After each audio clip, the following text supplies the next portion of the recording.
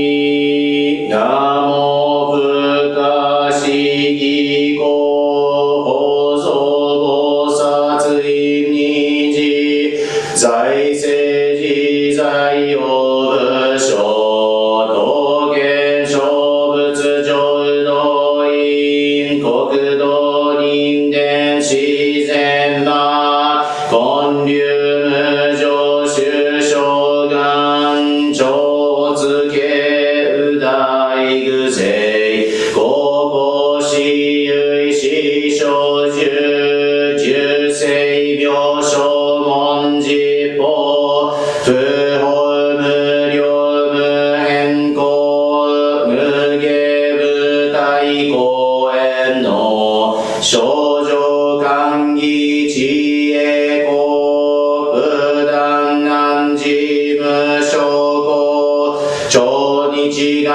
道小人説一切群上無故障本願用語少女語死心心行願人浄土学正大涅槃必死滅道願成就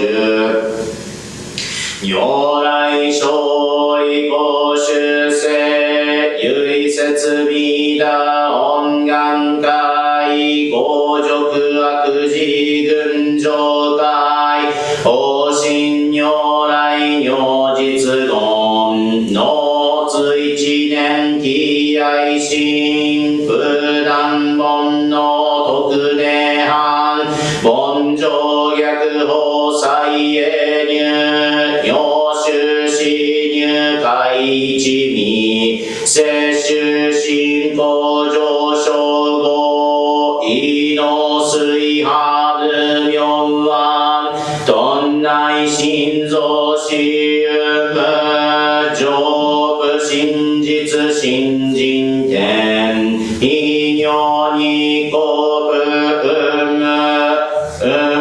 しげ妙無案逆真剣兄弟行儀即応超絶合悪臭一切全幕本部人門心如来偶税願仏言広大小芸者税人名分打理慶弥陀仏本願念仏邪見教満なく修正信行十字真理難南中死難昔インド最適シロンゲ中華自治意気思考層現代小公聖書意妙如来本税大き釈迦如来ヨガ戦一種五妙難天竺流衆大自主統制質の財派有無権先絶大乗無情報召喚議事小安な賢治南行六六新行異行指導楽北年弥陀仏本願自念即時入一上唯の上昇如来語法大偶税王天神菩薩増論説奇妙無下公如来永衆たら見真実公選王朝大誓願公有本願力栄光異道群上昇一心記入六大崩壊筆逆如来永修習徳司蓮華造世界即昇信如法生人有本の林厳人図入生寺恩寺王下本師道南両天使上皇乱消菩薩来三蔵ルシ十条教凡上専業気楽法天神菩薩論中下報道因果見世願ん方言猫ゆたり少女死因唯心人枠前本部新人ポーズ生児即年半一子無量公明道小修上海部家同社結晶道南省唯明浄土活入万全自力変言宗円満特合感染症三部三神慶音言増末法滅道因一生増悪地偶税死安如内称名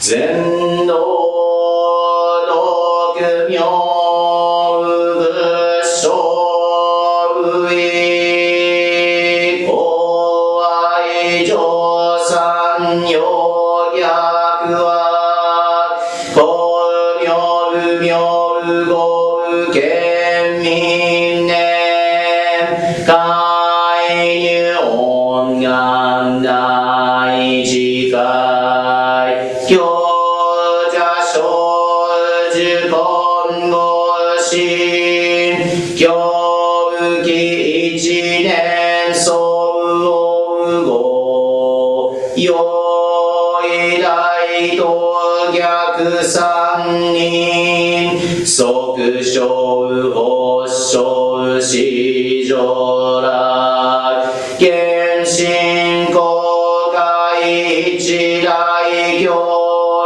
返帰安如観日祭先祖終身反戦人お受け二度小弁流国主悪人唯小物害薬剤非摂取中煩悩証言水不見大無限上昇が本資源苦名仏教年民全幕本部人新宗教書公編集戦弱本願具悪性現代小自林伝下下地義上位小子即入弱上無意楽一新人未納入苦境大自修士道上西無縁極上悪同族自主具道心有理化心死高僧説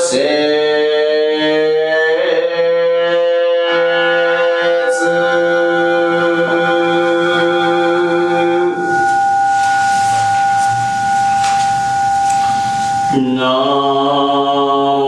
阿弥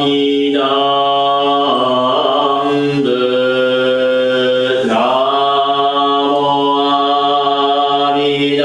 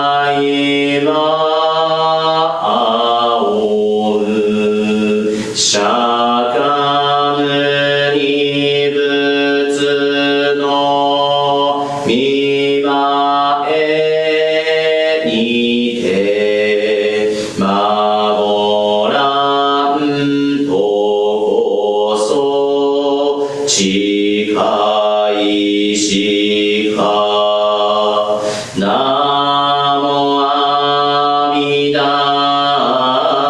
仏南無阿弥陀仏南無阿弥陀仏南無阿弥陀仏な天神寺義はことごとく善気人と名付けたりこれらの善人皆とに念仏の意図を守るなり南無阿弥陀仏南無阿弥陀仏南無阿弥陀仏南無阿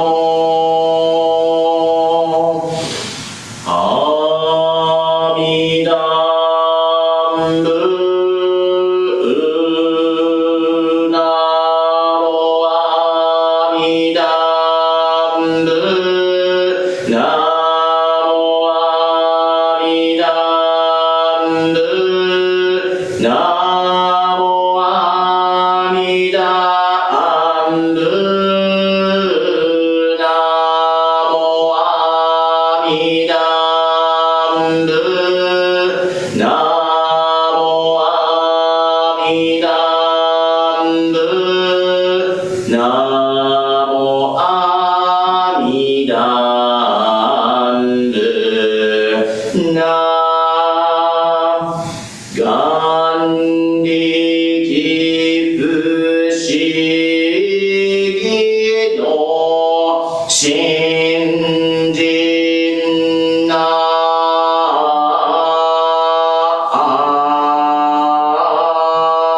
大菩提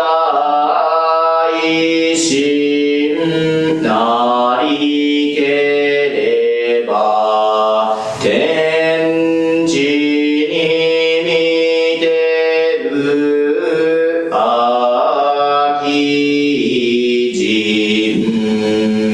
皆ことごとく恐るない南無阿弥陀仏南無阿弥陀仏南無阿弥陀仏南無阿弥陀仏南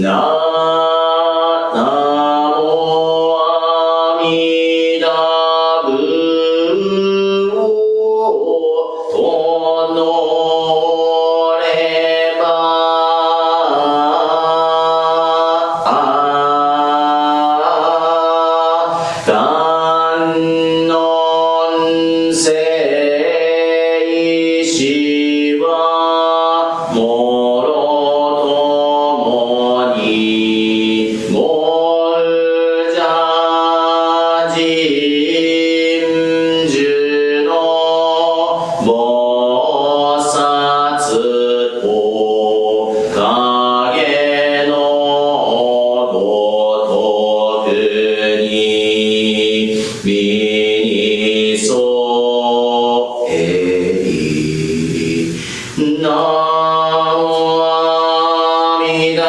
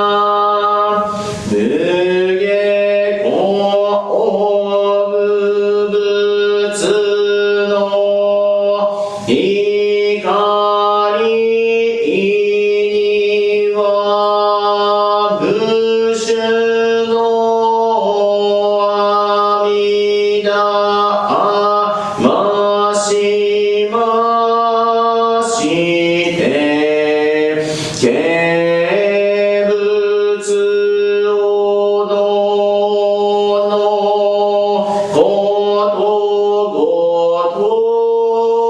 とく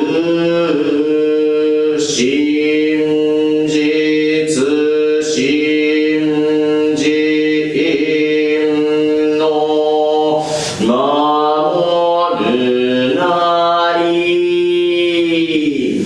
なもあみだんぶなもあみだんぶなもあみだんぶなもあみだんぶ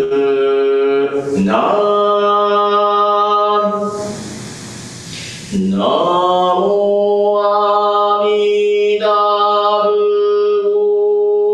とのればじぽう無量の勝負歌百十千十いねんして喜び守りたもなり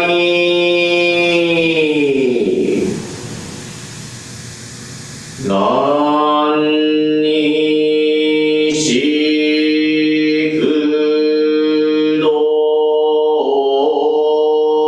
く平等うせいさい道法つぼ大心往生安楽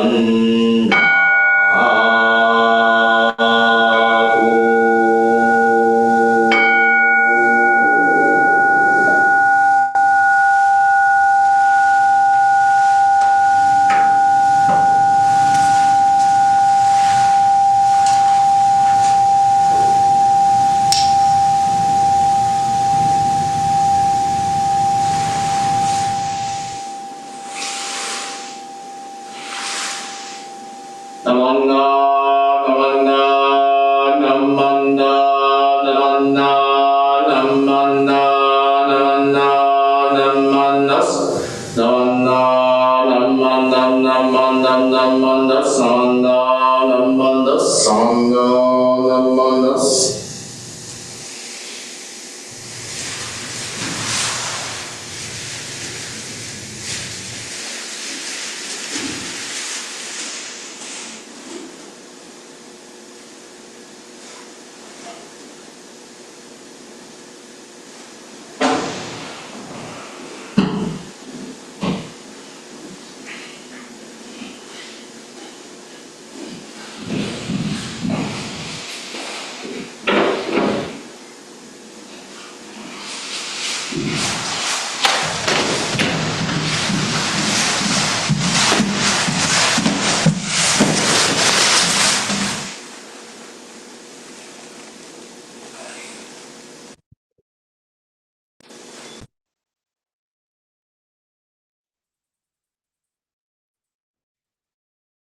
Good morning, everybody. I hope everybody's doing well. I just got back from Japan, and so I haven't been able to post any recent videos, so I apologize for that.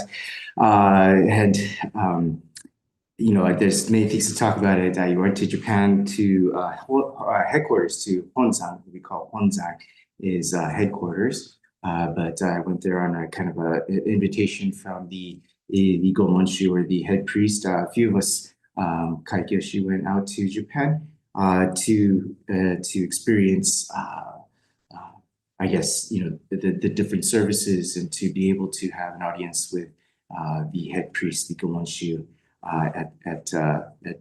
in Kyoto, Japan. And so during the time, there's many things to be said about that, and I will discuss them in detail as the days come. But today I wanted to try something a little bit different. What I've kind of been doing in recent days is to have some of the students at IBS who are either on their track to become a Kaikyoshi minister or are a student right now learning about Jodo Shinshu Buddhism to kind of give their take on their appreciation of the Jodo Shinshu teaching. This is known as a kanwa, right, that they will be giving the reflections on this. And keep in mind, all of these, the messages that are done at these morning services that I've been doing have typically been a kanwa, which is in contrast to a whole Dharma message, a kanwa being more of a reflection of my own personal thoughts on the experiences that I have in reflecting on the Buddha Dharma in my life, which is almost, I mean, that's basically what a Dharma message is. But the difference lies in that a Dharma message is kind of founded on a specific passage on the sacred scriptures, and we're kind of reflecting on a specific area of of Shinran Shonin's writings, or the Seven Masters, or the Three Pure Land Sutras, right? Whereas a kanra is a little bit more open in the sense that it is not formatted specifically on the basis of a specific passage within the sacred writings. Okay, so today what I'd like to do is present a video. Hopefully it works. I'm crossing my fingers. This is my first time doing this, but I will be presenting a video by a person by the name of Reverend Victor Ogundipe. Reverend Victor Ogundipe, who is a minister of the Ohigashi tradition, the Shinshu Otaniha, and so he's going to give some of his thoughts, as a student, okay, here at IBS. And so even though he is kind of has his qualifications to as a minister, I asked him as a student to kind of present his kind of thoughts and just share some of his thoughts that he might get. So he has a very insightful message to give today, and so I'd like to share that. If you could bear with me for a couple of minutes, I will get that ready to go and try to make sure that it plays correctly. So hopefully everything goes well. Thank you very much.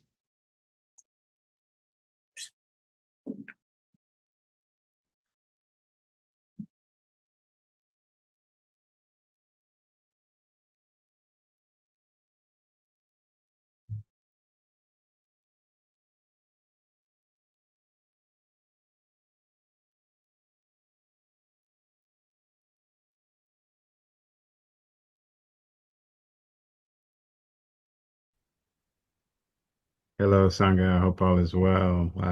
Let us actually start in Gasho. Namo Amida Butsu, Namo Amida Butsu, Namo Amida Butsu, Namandams, Namandams, Namandams. Yes, good morning. Thank you, Miyaji Sensei, for actually inviting me to give this short kanwa. I'm actually just back from Japan. It's only been about a week or so. I went for my final Kyoshi training, and was able to complete it successfully, of course, with much help from my fellow participants and just all of the senseis. So very thankful for that. One big thing while I was there in Kyoto is it was cold. Before I came out to Berkeley and Institute of Buddhist Studies, I lived in the Midwest for a while, and so I'm used to cold temperatures, but I think I have very much so become used to the Berkeley Bay Area, California weather. So the 20 degrees or so in the morning when we would go to uh, the temple, the Amida Do and Guido for morning service. Yeah, I felt that. So good time in Kyoto, but also very cold. Um, I every time I go to Japan, and I train, I learn so many things. And so, there's always so much I feel that I could share, want to share, that I've learned. But today I want to share one particular story. One of the days that we were there during training, it was a 7-day training. It actually overlapped with a Hoshidan group, so like a group of ministers from all across Japan that were coming to train for a shorter period of time, maybe about 2 days or so. And we would do evening service, the Kyoshi group, the Shirin group, for training. But this particular evening service, it overlapped with the Hoshidan group, right? These ministers that were coming from all over the country. And there was one woman that was a minister. I think she was from the Nagoya area, and she gave a big kanwa after that evening, and she mentioned that she almost didn't even make it to the training because it was not only cold, it was cold in Kyoto, but in many other parts of Japan, it was some pretty significant snow that they received. And she talked about her kids, one child in particular. This child, she's a minister, but she was studying to become a minister, and as a minister, she continues to study. And she mentioned that when this child was around, I think 5 or so, they would ask her, why do you study, so much? Why are you always studying? And it made me think of, my own daughter who asked me, very similar questions. Why are you always studying? Um, and, sometimes like, you can almost kind of tell that, you know, it's a sacrifice to some degree, right? That's time. The time that you're studying is time that you could be doing other things, right? It's times that you could be spending together. And I do try to integrate, my daughter as much as possible into temple activities and learnings. But I mean, she's 9, right? So she's got a lot of other things on her mind as well. But sometimes the question almost comes off, or when she's asking me about it, is I don't know if she's actually, I can't remember if she's actually ever said these words, but she's said things that kind of move in this direction of almost like, do you love the Buddha more than you love me? And this is a kind of challenging thing to respond to. But when I was listening to this minister, she was talking about her children over the years, and so this child that was 5 is now 9 or 10 or so, the same age as my daughter now. And she said one day her child came to her and said, "Oh, I know why you're studying. I know why you study so much. You're studying so that you can learn how to live." And it's a simple thing, but it just kind of touched me so deeply. Because yeah, like this is the reason, why we're studying, to learn what it truly means to be a human being, to learn what it truly means to live. And so it allowed me in that moment when I was listening to her talk, it allowed me to finally have a response, for my daughter. And that is, it is because of the love of the Buddha, that I actually have the opportunity to have a chance to actually love you. Um, and so I'm just so thankful, to that minister for sharing her experience. I'm thankful for just the growth and awareness that comes, where even in, her own child, her child was able to see the importance of the teachings. And I'm thankful that, in listening to her, it helped me know how to actually respond to my own daughter, our own child. So I just wanted to share that story and, just my appreciation. So thank you for listening. Let us end as we began in Gasho. Namo Amida Butsu, Namo Amida Butsu, Namo Amida Butsu, Namandams, Namandams, Namandams. Thank you, Sangha.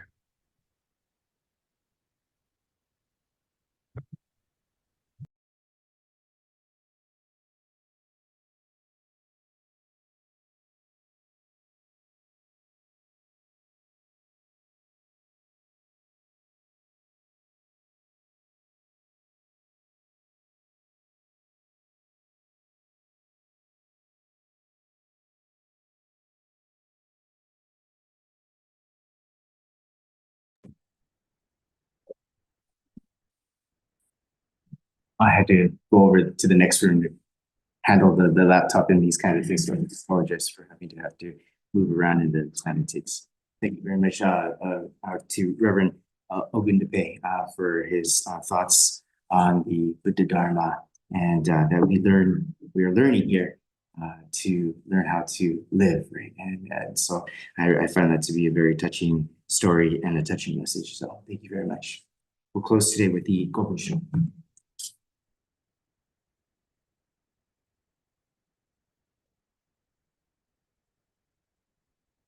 Autumn and spring have flown away. It is already in the middle of early summer of the 7th year of the Mayo period. Accumulating year after year, my age has now reached 84. This particular year, however, being unusually beset by illness, the conditions of my whole body, ears, eyes, hands, and feet, are not very comfortable. As a result, I have come to realize that this illness is the outcome of my past karma and also the harbinger of birth in the land of utmost bliss. Related to this, there is a saying by Ojinjo: followers who aspire for the Pure Land, when they suffer from illness entirely, enjoy it. End quote. Despite this, the feeling of enjoyment over illness never occurs to me. How wretched I am. How shameful this is. How sad I feel. Nevertheless, now entirely settled in this single path of peaceful awareness of the essential teaching of our school, that the act is completed in daily life with the one thought moment of awakening. I never forget pronouncing the name to respond to the Buddha with gratitude for all that he has done for us, whether walking, standing, sitting, or lying down. Regarding this point, here are some thoughts that I myself, an old ignoramus, would like to express.